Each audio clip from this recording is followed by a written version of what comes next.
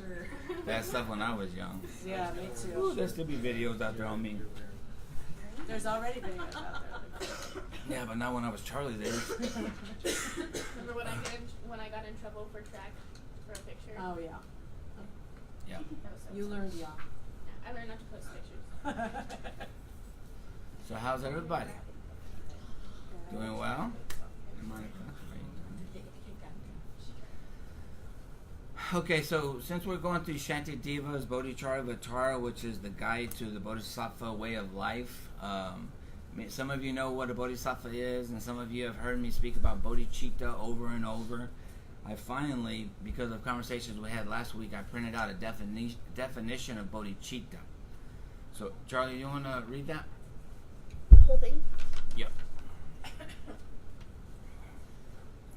In Buddhism, bodhicitta or enlightened You might want to turn mind- around and like say it to the crowd. Everybody. In Buddhism, You might want to do it with a French accent. or enlightened mind is a mind that strives toward awakening empathy and compassion for the benefit of all sentient beings. Bodhicitta is a combination of the Sanskrit word bodhi and siddhi. Cheetah. Cheetah? Oh. Okay, from two. Bodhi means awakening or enlightenment. Chitta derives from the Sanskrit root sit or cheat and means that which is conscious, i.e. the mind or consciousness itself. Bodhicitta may be translated as awakening mind or mind of enlightenment. Bodhicitta is a spontaneous wish to attain enlightenment, motivated by great compassion for all sentient beings, accompanied by a falling away of the attachment to the illusion of an inherently existing self.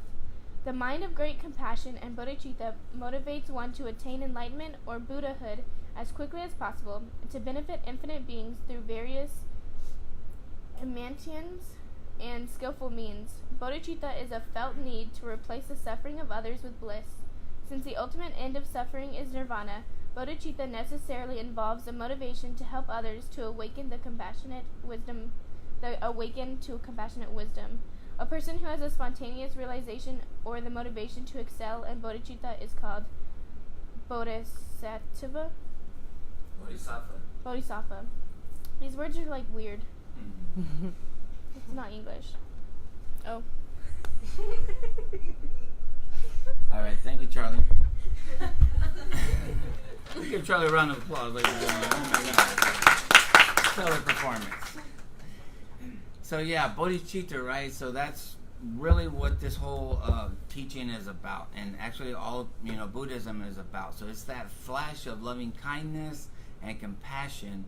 And so they say when you're thinking of others and not yourself, that's the key to happiness. That's the key to Buddhahood, right?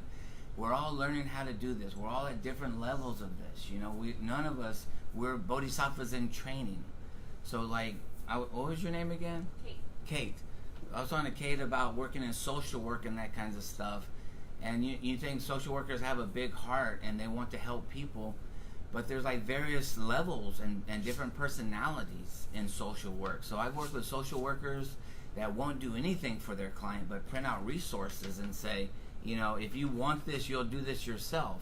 In other words, I'm not going to give you a fish, I'm going to teach you how to fish. Like if you really want it, you'll do it yourself, right? Mm-hmm. And then I've worked with social workers that literally were so overly compassionate that they did everything for their client. I know a lady that used to let her clients stay at her house, and she used to work off the clock, and she used to do things for her clients on the weekends. All of these things are unethical. All of these things could have got her fired big time. So that's kind of like a unethical kind of bodhicitta. You know what I'm saying? And there's everything in between. We're all kind of learning how to do this, And so they say only a Buddha truly knows how to use bodhicitta. We're all in the learning stages of this. We talked about giving people a ride, that are walking down the highway. You would say, okay, I got to practice bodhicitta, so I have to pick this person up. Well, are you by yourself, or is it a male and you're a female, or what are the? Listen to your gut. We all want to use bodhicitta. We all want to, practice compassion and loving kindness, but it's a learning stage, right?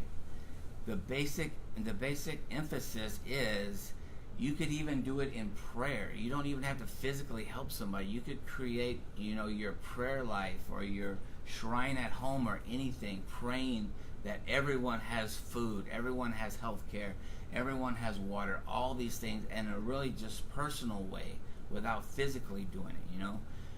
We talked about one time we were talking about saving the gazelle from the lioness, so you scare the gazelle away so that the lioness doesn't eat the gazelle.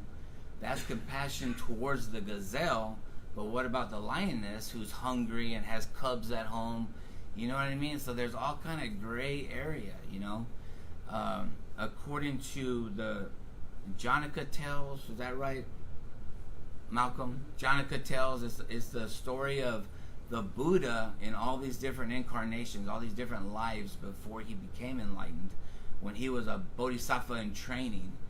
And so it shows in those tales that literally he was put in those situations where, for several lifetimes he was scaring the gazelle away. But then he got to a certain level where he realized, so now the lioness doesn't eat, so I'm going to give up my own body for this lioness and her cubs. That's pretty high. Like, you got to really believe you're going to reincarnate and, get another shot at this thing in order to lay your life on the line for a lioness. But so it's bodhisattvas in training, and like I said, even at the highest, even people that are, you find them in the Buddhist literature that they are bodhisattvas, they still don't exactly know how to do it perfectly. Only a Buddha knows how to do it perfectly. You know what I mean? Mm-hmm. So I don't know if any of y'all saw that story I posted on Facebook about yesterday at the river park. I think this is kind of a perfect example of bodhicitta in a way. If nothing else, it's kind of an interesting story about synchronicity and stuff. So I live in Floresville, and since they built this dog park there, I very rarely take my dogs to the river anymore. I used to take my dogs to the river all the time, but now they made this really nice dog park and stuff. But yesterday, after work, I was just feeling depressed. I was just feeling really down, just really depressed. So I got home and changed into a t-shirt and some shorts, and I was like, nah, I'm gonna take my. And so I loaded the dogs up, and I was going to go to the dog park, but I was like, nah, I'm gonna take them out to the river. I haven't been out there in a long time. So when I got out there, I was the only one, nobody around. I was just sitting there playing with the dogs, messing around, and I was sitting at a picnic table, and I see this car come in, and they park, and I was like, what are they doing here? And they were staying in the car for a while, playing on their phone or whatever. And then this black guy got out. He was like in his 20s. I thought he was in his 20s. And he started walking towards the river, and he was wearing river shoes, and he had a flashlight, and he had goggles, like swimming goggles, what? Right? Yeah. And so I was just kind of like watching him walk towards the river, and there's these steps that go down the bank to where the kayakers get out. And so he suddenly stopped, and he turned to me, and he said, hey, can I ask you a question? And I was like, yeah, what's up? And he goes, do you think there's alligators in this river? And I said, well, I don't know if there's alligators, but there's 100 other things in that river that could kill you. And I said, why? And he said, because I was fishing here yesterday, and I bent over, my cell phone fell into the water. He said, it's in a waterproof case, so it might be okay. I was going to jump in. He said, I got a waterproof flashlight. I was going to see if I can find it. And I said, dude, there are limbs and branches and roots, and this river is moving fast on top, but underneath there's an undertow. And like several years ago, a guy drowned in that very spot, and he fell in, and it sucked him underneath some branches and stuff, and he couldn't get up. And so they couldn't even find the body. They had to get SAPD or SA fire department to bring some professional divers with all this equipment, all these ropes and all this stuff to go down and get the body out. And they said that it was tangled up in all this trash and limbs and stuff. And I said, dude, I would say F that phone, It's not worth it, right? I've never heard of anyone going into that river. I know. Well, he worked in the oil field. He's not from around here. Oh my God. And so he came over and he sat next to me and we started talking and we were playing with the dogs and he started telling me about his divorce and all these things. So we had a really great conversation, right? And he talked and talked and talked. He needed somebody to listen to, you know. But the various things about that story is, one, what made me go to the river that day? You know? That's very synchronistic that there would have been nobody out there, you know? Now, do I know he would have drowned? No, I don't. But I kind of feel like I was sent there for a reason, right? And then it helped me because I was feeling depressed. And so to talk to this guy and work with this guy and listen to this guy, I drove away smiling, happy. It totally eliminated my egoic, me, you know, my problems and all this stuff, you know? And so I guess the bodhicitta aspect of that is there are several different personality types that could be there instead of me, right? I've been working on bodhicitta for years. The younger Kylie would have been like, dude, I'll get in the water with you, man. I'll help you find it. Let's go, you know? Boom, we'll find this phone, you know? And we both would have died that day, you know? So you have that extreme, and then you have another personality type that would be like, oh, there's a dude pulling up. I'm getting the hell out of here. Like, I don't trust this guy. He looks fishy, you know? Whatever. I'm getting, just get the hell out of here, right? So that's another personality type. Then another personality type is probably like, you know, some people don't like to get bothered. He could have said, hey, man, can I ask you a question? Is there any alligators in here? And that person could have been like, do I look like an alligator expert? You know? Like, do I look like Steve Irwin? Am I wrestling crocodiles right now? You know? Don't talk to me. I'm busy over here with my own problems, you know? So I just think that it was auspicious that I was there, that I've been working on bodhicitta for years, that I've learned to trust people, and that I just didn't want to hear somebody drown. You know? When I saw him and I figured out what he was gonna do, I literally saw the whole scene playing out in my head. This guy that's not from around here, knows nothing about this river, jumping in for a cell phone and getting sucked under and dying, you know?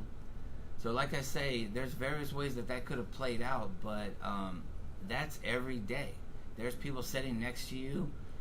There's people in HEB that might be having a crappy day and you're thinking, all the stuff that I'm going to do later, or I can be nice to this person, I can smile at this person, I can legitimately talk to them or listen to them. You know, all these opportunities happen every single day.